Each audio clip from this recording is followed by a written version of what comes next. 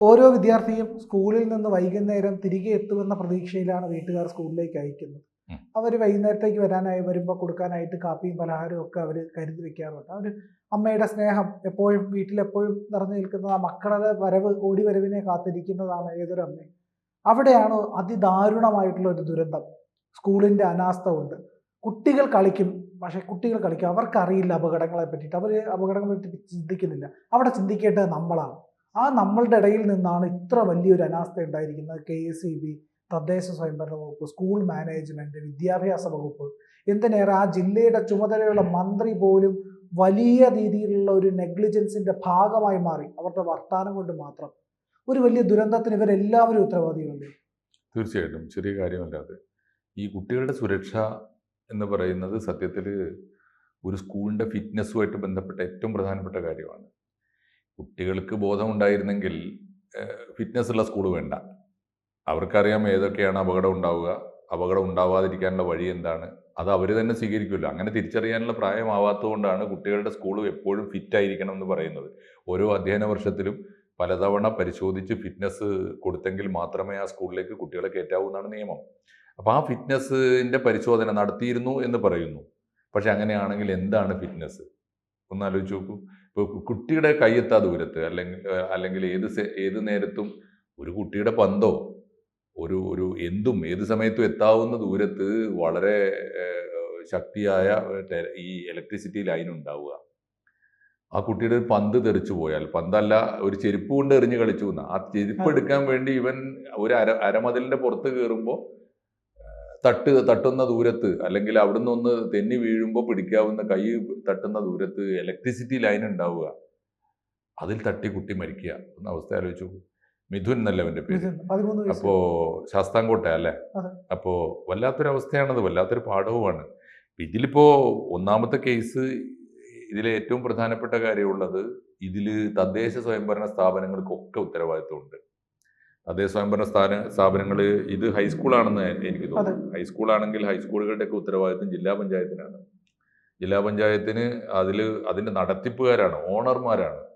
നമ്മുടെ പഞ്ചായത്തി രാജ് നഗരപാലിക ബില്ല് വന്നിട്ട് ഈ അധികാരം വികേന്ദ്രീകരിച്ച് വന്നപ്പോൾ ഹൈസ്കൂളുകളൊക്കെ ജില്ലാ പഞ്ചായത്തിന് നേരിട്ടുള്ള ഉത്തരവാദിത്തമാണ് ഒന്ന്. രണ്ടാമത്തെ കാര്യം, അതിനേക്കാളേറെ അപ്പോൾ ഇത് ബന്ധപ്പെട്ട തദ്ദേശ സ്വയംഭരണ സ്ഥാപനങ്ങളൊന്നും ഇത് ചെയ്തില്ല. മാത്രമല്ല, ഇതിൻ്റെ ഫിറ്റ്നസ് നോക്കാൻ ഇപ്പോൾ ജില്ലാ പഞ്ചായത്തിൻ്റെതാണെങ്കിൽ തന്നെ ഗ്രാമപഞ്ചായത്തിൻ്റെ എഞ്ചിനീയറാണ് ഇതിൻ്റെ ഫിറ്റ്നസ് കൊടുക്കുക. പഞ്ചായത്താണെങ്കിൽ മുനിസിപ്പാലിറ്റിയോ പഞ്ചായത്തോ നഗരസഭ എന്തായിരുന്നാലും അവിടുത്തെ തദ്ദേശ സ്വയംഭരണ സ്ഥാപനത്തിലെ എഞ്ചിനീയർക്ക് അതിന് ഉത്തരവാദിത്വം ഉണ്ടാവുക. ആ എഞ്ചിനീയർ ഒന്ന് ഫിറ്റ്നസ് കൊടുത്തിട്ട് വേണം. അപ്പോൾ എഞ്ചിനീയർ എവിടെ നോക്കിയാണ് ഫിറ്റ്നസ്? അതോ ഇത് എത്ര കാലമായി ഇങ്ങനെ ആയിട്ട്? ഈ ഇലക്ട്രിസിറ്റി ലൈന് മാറ്റേണ്ടതാണ്.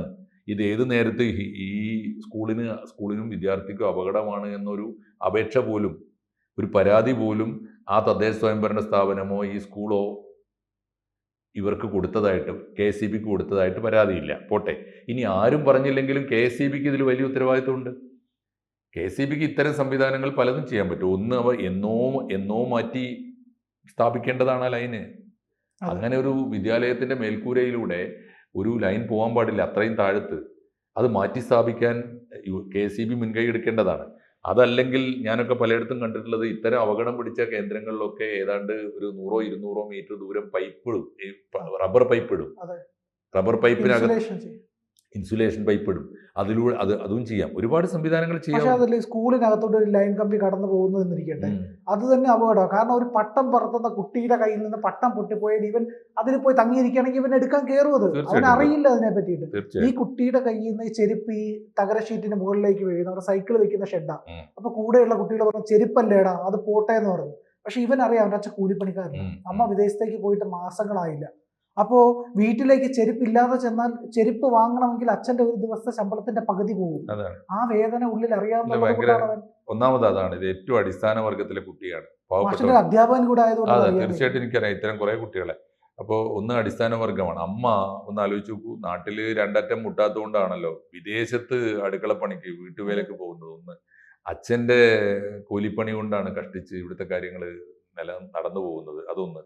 അതിനേക്കാളേറെ ഈ കുട്ടി ബഹുമുഖ പ്രതിഭയാണ്, മിടുക്കനായ കുട്ടിയാണ്. ആ കുട്ടി വരച്ചു വെച്ച ചിത്രങ്ങൾ ഇന്ന് വാർത്തകളിൽ വന്നിട്ടുണ്ട്. ഒന്ന് ആലോചിച്ച് നോക്കൂ. അപ്പോൾ ഈ 13 വയസ്സുള്ള കുട്ടി ഒരു പക്ഷേ ആ നാടിന് തന്നെ ഏറ്റവും പ്രിയപ്പെട്ട ഒരു വാഗ്ദാനമായി മാറേണ്ടിയിരുന്ന കുട്ടിയാണ്. അതെ. ഈ ജീവിച്ചു പോകാൻ കഷ്ടപ്പെടുന്ന കുട്ടിയാണ്. ആ കുട്ടി ആ കുടുംബത്തെയും ആ നാടിനെയും വലിയ തോതിൽ മുന്നോട്ട് നയിക്കേണ്ടിയിരുന്ന ഒരു വലിയ രാഷ്ട്രത്തിന്റെ നമ്മൾ വലിയൊരു സ്വത്തായിരുന്നു അത്. ഇനി ഇതിലൊരു പ്രധാനപ്പെട്ട പ്രശ്നം കൂടി ഉണ്ടെന്ന് എനിക്ക് തോന്നുന്നു. ഇത് ഒരു പക്ഷേ ഈ പഞ്ചായത്ത് സ്കൂൾ എന്ന കാറ്റഗറിയിലൊക്കെ വരുന്ന ഒരു എയ്ഡഡ് സ്കൂൾ ആവാനാണ് സാധ്യത. CPM നിയന്ത്രണത്തിലുള്ള സ്കൂളാണ്. CPM നിയന്ത്രണത്തിലായിരുന്നു എന്ന് പറഞ്ഞാൽ ഒന്നുകിൽ അങ്ങനെ CPMന്റെ ഏതെങ്കിലും സ്വകാര്യ മാനേജ്മെന്റ് ആവാം, അതല്ലെങ്കിൽ കോർപ്പറേറ്റ് കമ്മിറ്റി നടത്തുന്ന സ്കൂൾ ആവാം. എന്തായാലും ഈ കമ്മിറ്റിയുടെ ഉത്തരവാദിത്തം, ഈ സ്കൂളിന്റെ ഉത്തരവാദിത്തം CPMനാണെന്ന് എല്ലാ മാധ്യമങ്ങളും പറയുന്നുണ്ട്. അതിന്റെ മാനേജർ, അതിന്റെ ഹെഡ് മാസ്റ്റർ. ഇനി വേറൊരു തമാശ, മാനേജരും ഹെഡ് മിസ്ട്രസും പറയുന്നത് തന്നെ രണ്ടായിട്ടാണ്. ഇതിന് ഫിറ്റ്നസ് കിട്ടിയിരുന്നു, ഞങ്ങൾ വേണ്ടതൊക്കെ ചെയ്തിരുന്നു എന്നാണ് മാനേജർ പറയുന്നത്. അതല്ല, ഞങ്ങൾ പറഞ്ഞിട്ടും ചൂണ്ടിക്കാണിച്ചിട്ടും ചെയ്തിട്ടില്ല എന്നാണ് ഹെഡ് മിസ്ട്രസ് പറയുന്നത്. ഇവരൊക്കെ തമ്മിൽ തന്നെ ഈ പറയുന്നതിൽ വൈരുദ്ധ്യമുണ്ട്. ഈ വേറൊരു കാര്യം, എന്തൊക്കെ പറഞ്ഞാലും ഇത് എയ്ഡഡ് സ്കൂളിന്റെ കാറ്റഗറിയിൽ വരുന്നതാണ്. ഈ എയ്ഡഡ് സ്കൂളുകളോട് പ്രത്യേകിച്ച് അവരനുഭവിക്കുന്ന ഒരു പ്രിവിലേജ് ഉണ്ട് കേരളത്തിൽ. അത് ശ്രദ്ധിച്ചിട്ടുണ്ടോ എന്നറിയില്ല. നമ്മൾ എന്തൊക്കെ പറഞ്ഞാലും എയ്ഡഡ് സ്കൂളിന്റെ മാനേജർ അവർ നിയമനം നടത്തും, ശമ്പളം സർക്കാർ കൊടുക്കും. എയ്ഡഡ് സ്കൂളിന്റെ മാനേജർക്ക് ഏത് അധ്യാപകനെയും ഏത് ഉദ്യോഗസ്ഥനെയും പീഡിപ്പിക്കാം, ഏത് കുട്ടിയോടും എങ്ങനെയും പെരുമാറാം. എയ്ഡഡ് സ്കൂളിനകത്ത് കുട്ടികളോട് ഏറ്റവും മോശമായി പെരുമാറുന്ന പോക്സോ ഉൾപ്പെടെയുള്ള കേസുകൾ ഉണ്ടായാൽ പോലും സ്റ്റേഷനിൽ എത്തിയെന്ന് വരില്ല. അതാരും പരാതിപ്പെടാൻ തയ്യാറാവില്ല. ഏതെങ്കിലും അധ്യാപകൻ ചൂണ്ടിക്കാണിച്ചാൽ അവർക്കെതിരെ ഇവർ തിരിയും. ഇങ്ങനെ ഇതൊരു വേറൊരു ലോകമാണ് എയ്ഡഡ് സ്കൂളിന്റെ ലോകം. നമ്മുടെ വിദ്യാഭ്യാസത്തിൽ കൊണ്ടുവന്ന മൗലികമായ പരിഷ്കാരമായിരുന്നു ജോസഫ് മുണ്ടശ്ശേരി മാഷയുടെ വിദ്യാഭ്യാസ ബില്ല്.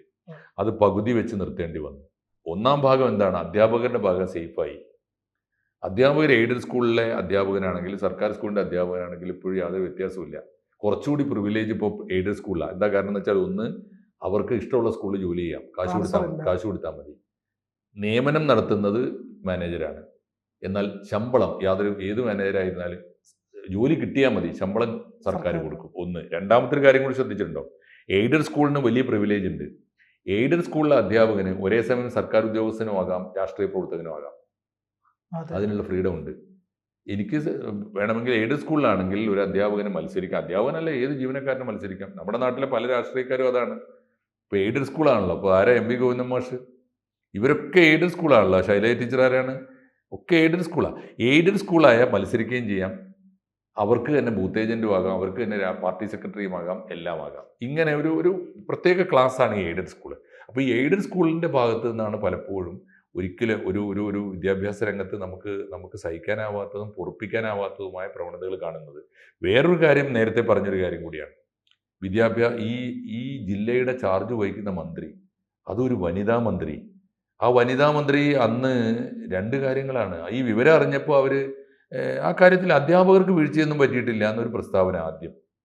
രണ്ട്, ഈ സംഭവം അറിഞ്ഞിട്ട്, ഇത്ര ദാരുണമായൊരു സംഭവം അറിഞ്ഞിട്ടും ഒരു സ്ത്രീയായ മന്ത്രിയമ്മയുടെ മനസ്സിലൊരു ഇളക്കം ഉണ്ടായില്ല. എന്നിട്ട് അവരപ്പോൾ സൂംബ ഡാൻസ് ചെയ്യുന്ന ചിത്രം, ഏറ്റവും അശ്ലീലം നിറഞ്ഞ കാഴ്ചയാണത്. ഇന്നത്തെ പത്രങ്ങളിൽ ഈ വാർത്തയോടൊപ്പം ഈ ചിത്രം കാണേണ്ടി വരുന്നത്. സൂംബ ഡാൻസ് ചെയ്യുന്നത് ഇപ്പോൾ ഏത് ചിഞ്ചുറാണി ആയാലും സൂംബ ഡാൻസ് ചെയ്യുന്നത് നല്ലതാണ്, നമുക്ക് കാണാം, കണ്ടു നിൽക്കാം. പക്ഷേ ഈ സന്ദർഭം ഏതൊരു കാര്യത്തിനും ഉണ്ടല്ലോ, ഏത് നല്ല കാഴ്ചക്കും പരിസരം വളരെ പ്രധാനമാണല്ലോ. പരിസരത്ത് ഒരു കുട്ടി ദാരുണമായിട്ട് മരിക്കുക, ആ കുട്ടിയെ ഓർത്തൊരു നാട് മുഴുവൻ വിങ്ങിപ്പൊട്ടുക, ആ കുട്ടിയുടെ ദയനീയമായ ചിത്രം നമ്മുടെ മാധ്യമങ്ങൾ മുഴുവൻ നിറഞ്ഞു നിൽക്കുക. അതിൻ്റെ കൂടെ അതേ ജില്ലയുടെ ചാർജുള്ള മന്ത്രി സൂംബ ഡാൻസ് എടുക്കുന്ന ചിത്രം വളരെ നിസ്സാരവൽക്കരിച്ചിട്ട് അവർ പറയും, ആർക്കും അങ്ങനെ വീഴ്ചയൊന്നും പറ്റിയിട്ടില്ല. എത്ര ദയനീയമാണ്. അതേ സമയത്ത് അതിനേക്കാൾ ഗൗരവമായിട്ടാണ് നമ്മുടെ മന്ത്രിമാർ പറഞ്ഞത്. ശിവൻകുട്ടി വീഴ്ച പറ്റിയെന്ന് പറഞ്ഞു. വൈദ്യുതി മന്ത്രി കൃഷ്ണൻകുട്ടി വീഴ്ച പറ്റിയെന്ന് പറഞ്ഞു. ഞങ്ങളത് ഗൗരവമായിട്ട് പരിശോധിക്കുമെന്ന് പറഞ്ഞു. ഉത്തരവാദപ്പെട്ടവരെ വലിയ നടപടിയെടുക്കുമെന്ന് പറഞ്ഞു. അത്രയെങ്കിലും ഉത്തരവാദിത്തം നമ്മുടെ ചിഞ്ചുറാണി എന്താണ്? ഒന്ന് അമ്മയാണ്, സ്ത്രീയാണ്, ആ ജില്ലയുടെ ചാർജുള്ള മന്ത്രിയാണ്. അതിനിപ്പോൾ അവര് മൃഗസംരക്ഷണ വകുപ്പോ എന്തൊക്കെയാണല്ലോ, അവർക്ക് ക്ഷീരവികസനമൊക്കെ ആയിരിക്കും. അതുകൊണ്ട് എനിക്ക് മനുഷ്യന്റെ കാര്യം പ്രസക്തമല്ല എന്ന് തോന്നിയതാണോ എന്തുകൊണ്ടാണെന്ന് അറിയില്ല. അതിനുള്ള സാധ്യതയുണ്ട്. ആ ഒരു രീതിയിലായിരിക്കണം അവർ ഈ വിഷയത്തെ സമീപിച്ച് അത്ര ലാഘവത്തോടെയാണല്ലോ. മനുഷ്യന്റെ കുഞ്ഞുങ്ങളുടെ പ്രശ്നമല്ല, ഞാൻ ഈ കോഴി കുഞ്ഞുങ്ങളുടെയും പട്ടിക്കുഞ്ഞുങ്ങളുടെയും കാര്യം നോക്കിയാൽ മതി എന്ന് അവർ വിചാരിച്ചു എന്നറിയില്ല. എന്തായാലും വളരെ ദയനീയമായി പോയി. അത് ഈ കേരളത്തിനകത്ത് ഇങ്ങനത്തെ മരണങ്ങൾ സാർ ഒന്ന് ആലോചിച്ചു നോക്കൂ. 1 മാസമായില്ല, മെഡിക്കൽ കോളേജിൽ ചികിത്സ തേടി സ്വന്തം മകളോടൊപ്പം എത്തിയ ഒരു അമ്മ കെട്ടിടം ഇടിഞ്ഞു വീണ് മരിക്കുന്നു. അപകടങ്ങളാണ്, എല്ലാ അപകടങ്ങളാണ്. പക്ഷേ ഈ അപകടങ്ങൾക്കെല്ലാം പിന്നിൽ ഗുരുതരമായ കുറ്റകരമായ ഒരു അനാസ്ഥ ഒളിഞ്ഞിരിക്കുന്നുണ്ട് എന്നുള്ളതാണ്. നമുക്ക് ഒരു ദുരന്തം ഉണ്ടാവാതെ ഈ പരിശോധന നടത്താൻ കഴിയില്ല. ഇതാ ഇപ്പൊ മൺസൂണിൽ കൂടെ നമ്മൾ കടന്നു പോകുന്നു. ഒരു എത്ര മരങ്ങൾ ഉറപ്പുള്ളതാണ്, അത് നിൽക്കുന്നത് ചെരിഞ്ഞു വീഴില്ല എന്ന് നമ്മൾ ഉറപ്പുവരുത്തിയിട്ടുണ്ട്. എനിക്ക് തോന്നുന്നില്ല എവിടെയെങ്കിലുമൊക്കെ എന്തെങ്കിലുമൊക്കെ പരിശോധനകൾ നടന്നിട്ടുള്ളൂ. ഗുജറാത്തിൽ ഇതാ ഒരു പാലം തകർന്ന് വീണ് കുറെ മനുഷ്യർ മരിച്ചു. അപ്പോൾ അവിടുത്തെ 100-ലേറെ പാലങ്ങൾ അവിടെ അടച്ചിട്ടു. കാരണം അതിലെ ബലക്ഷയമുണ്ട്. അപ്പോഴാണ് പരിശോധിക്കുന്നത്. മനുഷ്യൻ ഇങ്ങനെ ഒരു ദുരന്തം വേണോ വരാനിരിക്കുന്ന അപകടങ്ങളെ മനസ്സിലാക്കാതെ? അത് മലയാളിയുടെ ഒരു വലിയ വീക്ക്നെസ്. മലയാളിക്ക് മാത്രമാവോ മറ്റുള്ളവർക്കും ഉണ്ടാവുമായിരിക്കും. പക്ഷെ നമ്മൾ കാണുന്ന അതാണ്, ഒരു ദുരന്തം ഉണ്ടാകുമ്പോൾ ഈ ഏതാനും ദിവസത്തേക്ക് നമ്മൾ അതിന്റെ പിന്നാലെ കൂടും. അപ്പം അതിന്റെ വീഴ്ചകളെ കുറിച്ച് സംസാരിക്കും. എന്നാൽ പിന്നീട് ഇങ്ങനെയൊന്നും ദുരന്തം ഇല്ലാതിരിക്കാൻ ഒരു നടപടി എടുക്കില്ല. ഇന്നിപ്പോൾ ഒരു പത്രത്തിൽ വന്ന വാർത്ത, ഏത് പത്രത്തിലാണെന്ന് എനിക്ക് ഓർമ്മയില്ല, ഒരു വാർത്തയുണ്ട്. കഴിഞ്ഞ മെയ് മാസം വരെയുള്ള, സ്കൂൾ തുറന്നിട്ട് ജൂണല്ല, കഴിഞ്ഞ ജൂൺ തുടങ്ങിയത്, കഴിഞ്ഞ ജൂണിൽ മുതൽ മാർച്ച് വരെയാണ് സാമ്പത്തിക വർഷം. ഇപ്പോൾ ഏപ്രിലും മെയ്യും കഴിഞ്ഞു എന്ന് കൂട്ടിക്കൊള്ളൂ. പുതിയ അക്കാഡമിക് ഇയർ തുടങ്ങി. കഴിഞ്ഞ മെയ്യിൽ അവസാനിച്ച ഒരു കൊല്ലത്തിനുള്ളിൽ 141 പേരോ മറ്റോ കേരളത്തിൽ, എൻ്റെ കണക്ക് ഞാൻ കൃത്യം ഓർമ്മ, 141 പേരാണ് എൻ്റെ ഓർമ്മ. അത്രയും പേര് വൈദ്യുതാഘാതമേറ്റ് മാത്രം കേരളത്തിൽ മരിച്ചിരിക്കും. ഒന്ന് ആലോചിച്ച് നോക്കൂ. 100-150 മനുഷ്യന്റെ ജീവൻ എടുക്കാൻ നമുക്ക് വെളിച്ചം പകരുന്ന ഈ വൈദ്യുതിക്ക് കഴിയുമെങ്കിൽ എത്രമാത്രം അലസമായിട്ടായിരിക്കണം നമ്മൾ വൈദ്യുതി കൊടുക്കുന്നത് മനുഷ്യന്. വെളിച്ചം കൊടുക്കുന്ന മനുഷ്യന് മരണം കൊടുക്കാൻ പാടുണ്ടോ? അതല്ലേ പ്രധാനപ്പെട്ട ചോദ്യം. അപ്പോൾ ഇതിൽ എല്ലാവർക്കും ഉത്തരവാദിത്തമുണ്ട്. വലിയ ഉത്തരവാദിത്തം ഇലക്ട്രിസിറ്റിക്കാണ്. കാരണം മനുഷ്യന് ഏറ്റവും അത്യാവശ്യമുള്ളതും എന്നാൽ മനുഷ്യ ജീവന് ഏറ്റവും അപകടം പിടിച്ചതുമായ ഒരു ഊർജം ശാസ്ത്രീയമായും സുരക്ഷിതമായും വിതരണം ചെയ്യാൻ ഉത്തരവാദപ്പെട്ടൊരു വകുപ്പാണ് ഇലക്ട്രിസിറ്റി ബോർഡ്. അവരത് എത്ര അലസമായിട്ടാണ് ചെയ്യുന്നത്, അല്ലെങ്കിൽ അവർക്കത് വേണ്ടത്ര സുരക്ഷിതമായി ചെയ്യാൻ പറ്റാത്തത് എന്തുകൊണ്ടാണ്? പ്രധാനപ്പെട്ട ചോദ്യമാണ്. ഒരാൾ പോലും മീൻസ് ഒരു 10 കൊല്ലം കൂടുമ്പോൾ ഒരാൾ മരിച്ചാൽ പോലും വലിയ വാർത്തയാണ്. പക്ഷേ ഒരു വർഷം 100 കണക്കിന് പേര് മരിക്കുന്നു, അത് ഒരു കേരളം പോലെ കൊച്ചു സംസ്ഥാനത്ത് എന്ന് പറഞ്ഞാൽ എന്താ അർത്ഥം? ഈ ഉത്തരവാദിത്തത്തിൽ നിന്ന് ആർക്കും ഒഴിഞ്ഞു പോകാനാവില്ല. അതുപോലെ തന്നെ ഇതിൻ്റെ അകത്ത് ചേർത്ത് വായിക്കേണ്ട ഒരു കാര്യമുണ്ട്. പക്ഷേ അത് കുട്ടികളുടെ സൈക്കോളജി, കുട്ടികളുടെ മാനസികാവസ്ഥയെ പറ്റിയിട്ട് ഇന്നും നമ്മുടെ വിദ്യാഭ്യാസ വ്യവസ്ഥിതി ബോധവാന്മാരല്ല. അത് കുട്ടികൾ എന്ത് ചെയ്യും, അവരുടെ കളിസ്ഥലം എങ്ങനെയാണ്, അവരുടെ വിദ്യാഭ്യാസ സാഹചര്യം എങ്ങനെയാണ്, അവരെങ്ങനെയാണ് പൊതു സാഹചര്യങ്ങളോട് പെരുമാറുന്നതെന്ന് വിലയിരുത്താനും അതിനെ മുൻകൂട്ടി മനസ്സിലാക്കാനുമുള്ള കെൽപ്പില്ലാത്ത ഒരു വ്യവസ്ഥിതിയാണ് നമ്മളുടെ വിദ്യാഭ്യാസ വ്യവസ്ഥിതി എന്ന് പറയേണ്ടിയിരിക്കുന്നത്. അതെ, തീർച്ചയായിട്ടും. പക്ഷെ ഒരുപാട് സംവിധാനങ്ങളുണ്ട് നമ്മുടെ കയ്യിൽ. ഒരുപടി സംവിധാനങ്ങളുണ്ട്. ബാലാവകാശത്തിനായാലും ഈ വിദ്യാഭ്യാസ സുരക്ഷാ നിയമമായാലും ഒരുപാട് നിയമങ്ങളുണ്ട്. അതിനൊക്കെ ഒരുപാട് ബോഡികളുണ്ട്. ഇവരൊക്കെ ഈ അവരുടെ ജോലി ചെയ്യുന്നുണ്ടോ എന്നതാണ് ഏറ്റവും പ്രധാനപ്പെട്ട കാര്യം. എല്ലാ വിദ്യാലയങ്ങളുടെ എല്ലാ സ്കൂൾ ചുമരിലും ഒരു നമ്പർ എഴുതി വെച്ചിട്ടുണ്ട്, 1098. ഒരു കുട്ടിക്ക് അധ്യാപകനിൽ നിന്ന് പോലും ഒരു മോശം പെരുമാറ്റം ഉണ്ടായാൽ, ആ കുട്ടിക്ക് ഭക്ഷണത്തിൽ, യാത്രയിൽ, എവിടെയെങ്കിലും എന്തെങ്കിലും ഒരു ചെറിയ ബുദ്ധിമുട്ട് വന്നാൽ അത് പരാതിപ്പെടാൻ നമ്മുടെ കയ്യിൽ നമ്പറുണ്ട്. പക്ഷേ ഈ നമ്പറുകളൊക്കെ വെറും നമ്പറുകളായി തീരുകയാണോ? അതിന് ഫലമുണ്ടാകുന്നുണ്ടോ? ബന്ധപ്പെട്ടവർ എന്ത്